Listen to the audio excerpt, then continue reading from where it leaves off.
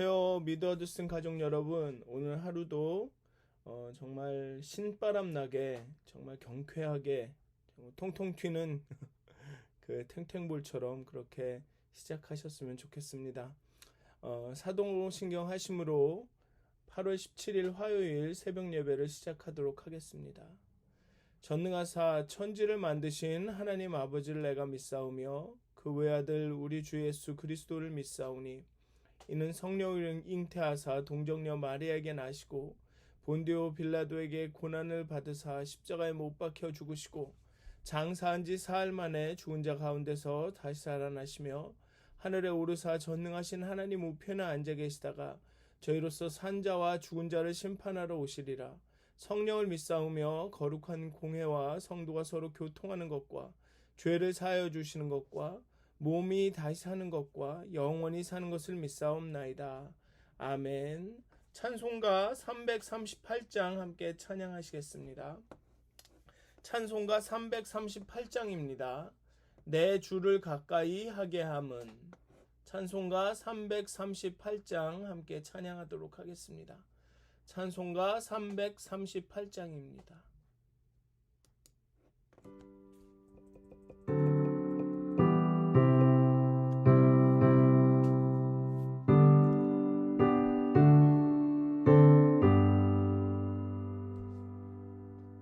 내 주를 가까이 하게 함은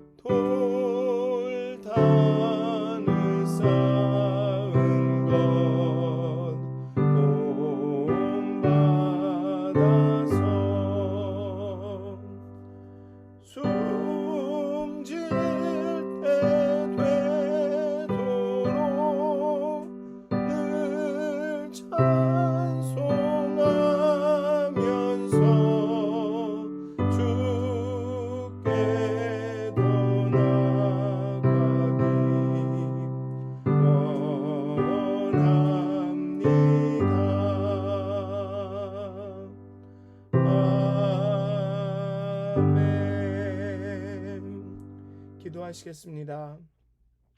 하나님, 이 아침에 하나님 앞에 나아갑니다.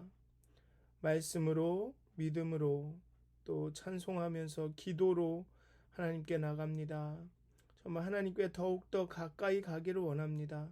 우리의 마음이, 우리의 생각이, 우리의 입술이, 우리의 모든 것들이, 우리의 삶이 조금 더 가까이 하나님께 가기를 원합니다.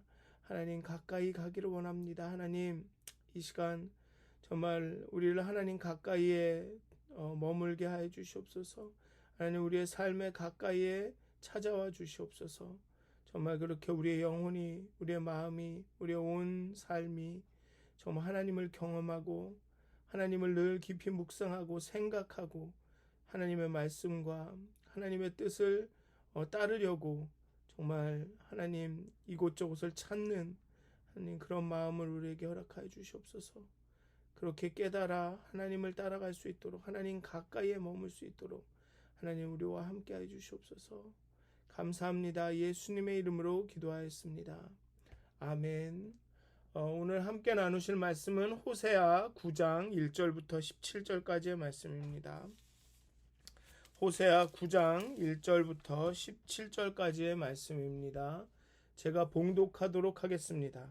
호세아서 9장 1절부터 17절까지의 말씀입니다. 이스라엘아, 너는 이방 사람처럼 기뻐 뛰놀지 말라.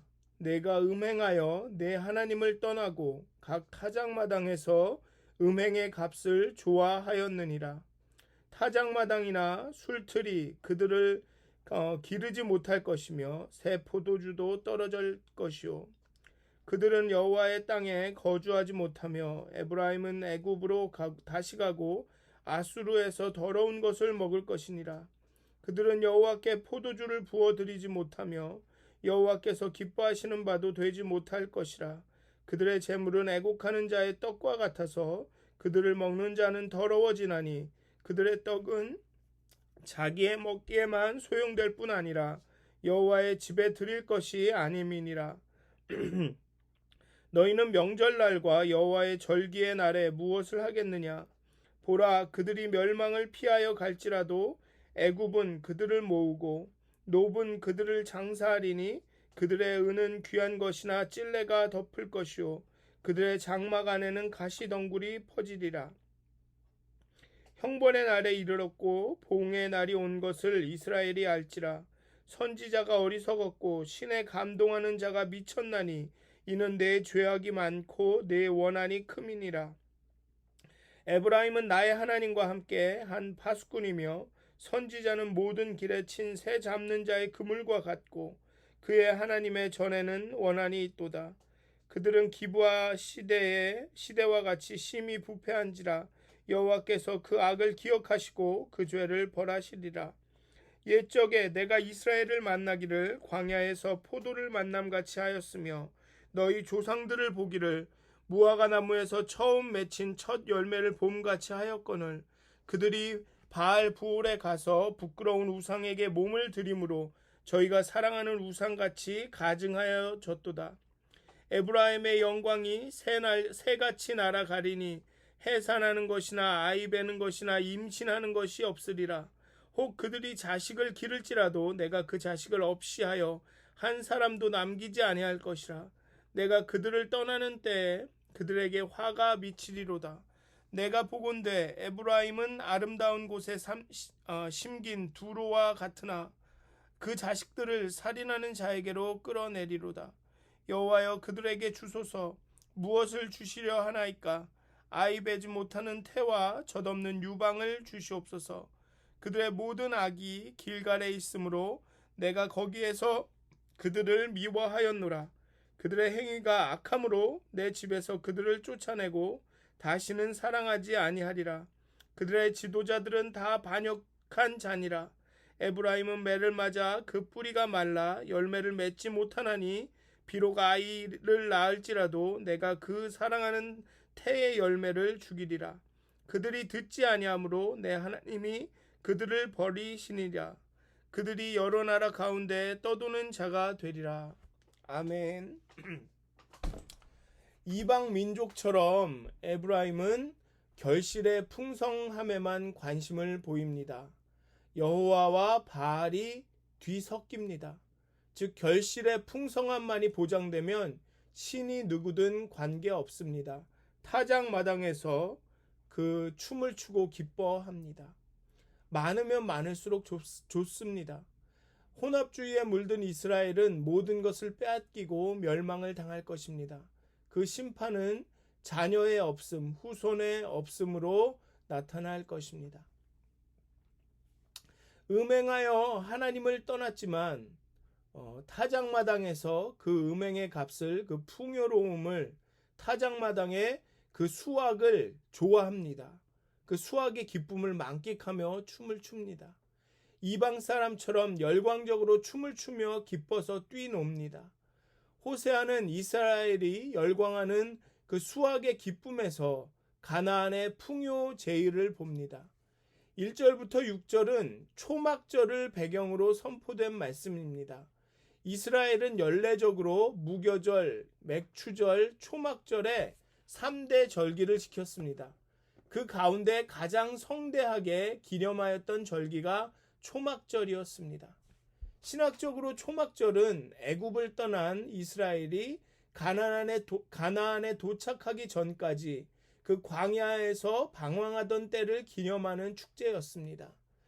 그런데 이스라엘은 타작마당과 술틀의 풍성함이 바알에게서 온 것으로 여기고 즐거워합니다. 사실은 그게 바알에서 온 것이든 하나님에게 온 것이든 그리 중요하지 않습니다. 그저 타작마당에서와 그 술틀의 풍성함이 새 포도주가 넘치는 것이 좋았을 뿐입니다. 이 풍성함이 음행의 값이라고 말합니다. 우상 숭배를 했더니 우상이 풍성함을 주었다는 것이 아닙니다. 이스라엘은 바알을 섬겼더니 풍성함을 주는 것으로 여겼다는 것입니다. 그런데 여호와가 보기에 그것은 음행일 뿐입니다. 여호와의 축제가 바알의 축제로 변질되었습니다. 따라서 하나님이 그 축복을 거두었을 때는 타작마당이나 술틀이 이스라엘을 기르지 못할 것이고 새 포도주도 그칠 것입니다. 초막절, 즉 이스라엘의 광야 시절을 기념하던 절기임을 고려하면 에브라임이 애굽으로 돌아갈 것이다 라는 말은 출애굽과 가나안의 축복을 뒤로 하고 다시 노예 상태였던 애굽으로 돌아가게 될 것이다. 다시 말하면 모든 언약 관계가 깨어지고 언약으로 누리게 되었던 축복이 거둬지게 될 것이다 라는 것을 예언하고 있는 것입니다. 축제와 절기가 여호와를 기념하고 그가 하신 일을 높이는 날이 되지 못할 것입니다. 그들은 여호와께 포도주를 부어드리지 못할 것입니다. 축제와 절기를 상실하게 될 것입니다. 아니, 절기와 축제를 지내더라도, 절기와 축제 가운데 그렇게 기뻐하고 풍성하게 보내더라도 여호와께서 그 절기와 축제를 기뻐하지 않으실 것이고 그들의 제사를 받지 않으실 것입니다. 그리고 멸망의 날이, 형벌의 날이 이를 것입니다. 즉 이스라엘은 아수르에 의해 멸망당하고 이스라엘 백성은 아수르로 유배를 가게 될 것입니다. 또 이스라엘의 백성 일부는 애굽으로 향합니다. 애굽으로 도망갑니다. 그렇지만 그들에게 애굽은 무덤이 될 것입니다. 애굽은 그들을 모으고 놉은 그들을 장사할 것입니다. 놉은 애굽의 중요한 도시로 지금의 멤피스를 가리킵니다. 강대국의 보호와 안정을 기대했지만 그것은 진정한 보호와 안정이 아닙니다. 이스라엘이 진정한 보호와 안정을 찾을 수 있는 곳은 여호와 하나님의 품입니다.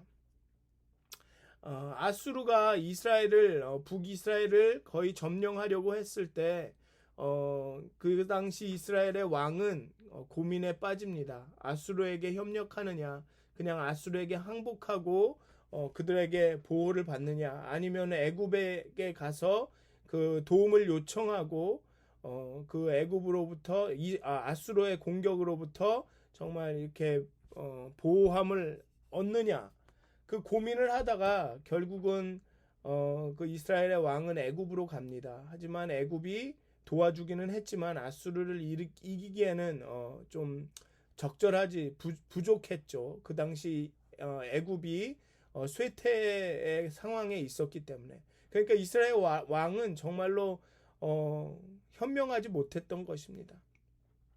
그렇게 애굽을 애굽에게 보호와 안정을 기대했지만 보호와 안정을 얻을 수 없었습니다. 사실 이스라엘 왕이 진정으로 의지해야 할 분은 하나님이었었는데 이스라엘의 왕은 그 강대국들의 사이에서 이쪽에 붙을까 저쪽에 붙을까 고민하다가 그마저도 현명한 선택을 하지 못하고 그렇게 망하게 됐다라는 것이죠. 그럼에도 불구하고 여전히 이스라엘은 깨닫지 못하고 7절에서 보면 선지자를 어리석다 하고 신에 감동하여 경고하는 자를 미쳤다라고 합니다. 여기서는 선지자가 어리석었고 신에 감동하는 자가 미쳤나니라고 나왔는데 이것을 선지자와 이 신에 감동한 사람들이 잘못해서 이스라엘이 옳은 길로 가지 못했다라는 그런 뜻이 아니라 이스라엘이 깨닫지 못하고 이스라엘이 하나님을 두려워하지 않았기 때문에 자신들에게 경고하는 선지자에게 어리석다, 넌 잘못됐다 하고 신에 감동하여서 경고하는 자를 미쳐서 저렇다라고 했다라는 것입니다. 즉 죄악이 많아서 죄에 사로잡혀서 정말 자신들에게 깨우침을 주는 사람들을 그 사람들의 말을 온전히 깨닫지 못했다는 것입니다.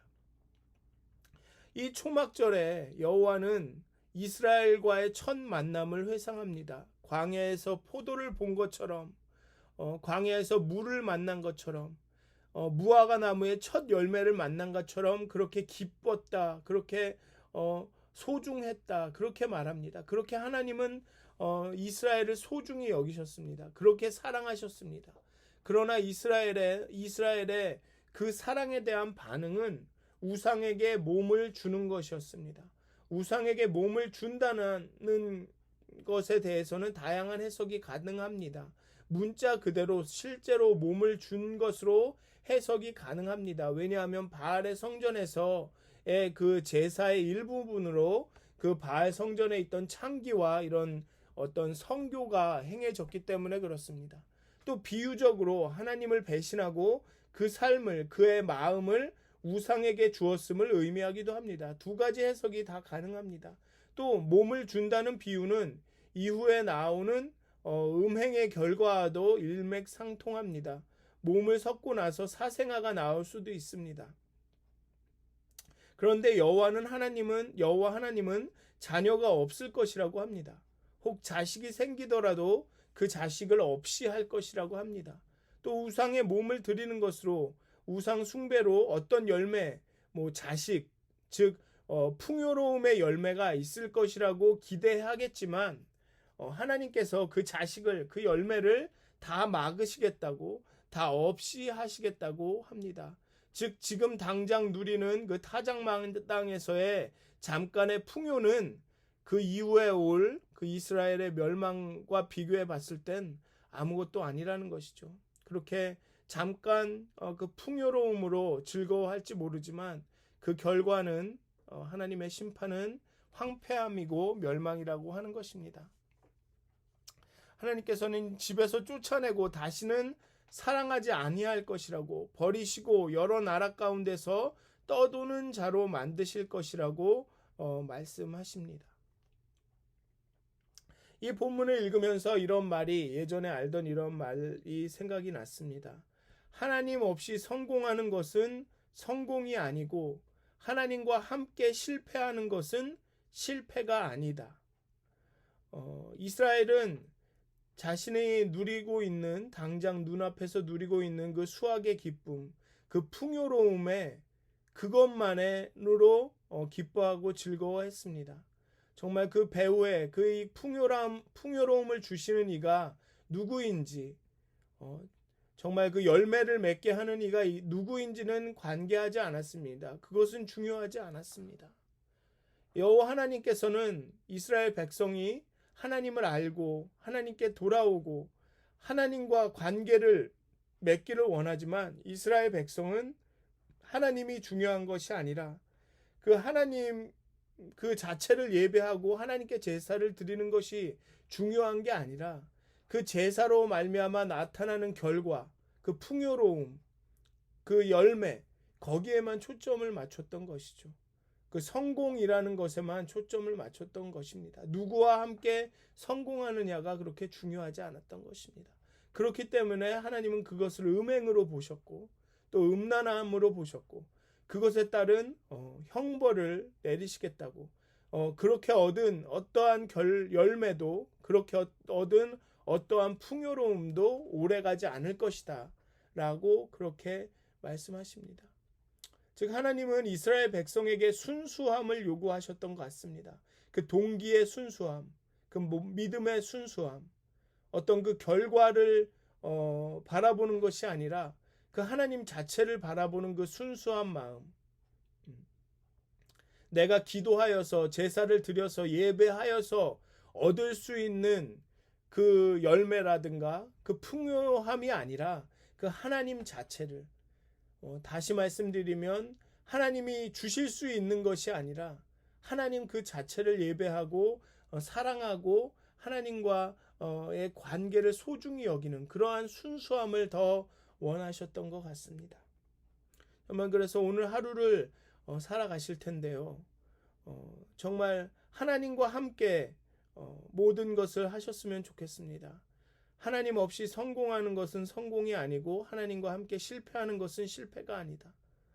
하나님과 함께 성공하는 것이 최고의 성공이다라고 생각하시고 늘 하나님과 함께 가셨으면 좋겠고 정말 그 순수한 한 마음을 순수한 믿음을 순수한 동기의 순전함을 유지하셨으면 좋겠습니다. 정말 하나님을 위해 하나님을 위해 하나님을 예배하는 그런 일들이 하나님을 위해 하나님께 기도하는 그런 일들이 있었으면 좋겠습니다. 그렇게 정말 하나님과 순전한 관계를 오늘 이루시는 하루가 되시기를 주님의 이름으로 축원드립니다. 기도하시겠습니다.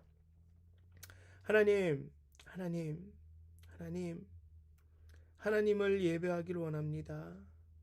하나님께서 우리에게 주실 수 있는 것들로 인해서 우리가 기뻐하는 것이 아니라 하나님 그 자체로 인해서 기뻐하기 원합니다. 하나님이 함께 하심으로 인해 기뻐하기 원합니다. 우리의 인생의 성공과 실패로 인하여서 기뻐하는 것이 아니라 하나님이 우리와 함께 하심에 인해서 성공과 실패 모두 함께 하심으로 인해서 기뻐하기를 원합니다. 하나님, 우리의 인생을 주관하시고 우리와 함께 하시는 하나님을 그 하나님을 기뻐하기를 원합니다. 하나님, 우리에게 동기의 순전함을 우리의 믿음의 순전함을 허락하여 주시옵소서. 오직 하나님만을 바라보게 하여 주시옵소서. 우리의 시선을 하나님께 고정하고 우리에게 닥쳐오는 그 파도와 우리에게 닥쳐오는 그 물결에서 우리의 시선을 띄게 하여 주시옵소서. 오직 하나님을 바라보게 하여 주시옵소서. 그리고 오직 하나님을 바라봄으로 말미암아 우리 마음 가운데 평안이 우리 마음 가운데 기쁨이 넘치게 하여 주시옵소서. 그렇게 오늘 하루를 살아갈 수 있도록 함께 하여 주시옵소서. 감사합니다. 예수님의 이름으로 기도하였습니다. 아멘. 하늘에 계신 우리 아버지여, 이름이 거룩히 여김을 받으시오며 나라가 임하옵시며 뜻이 하늘에서 이루어진 것 같이 땅에서도 이루어지이다.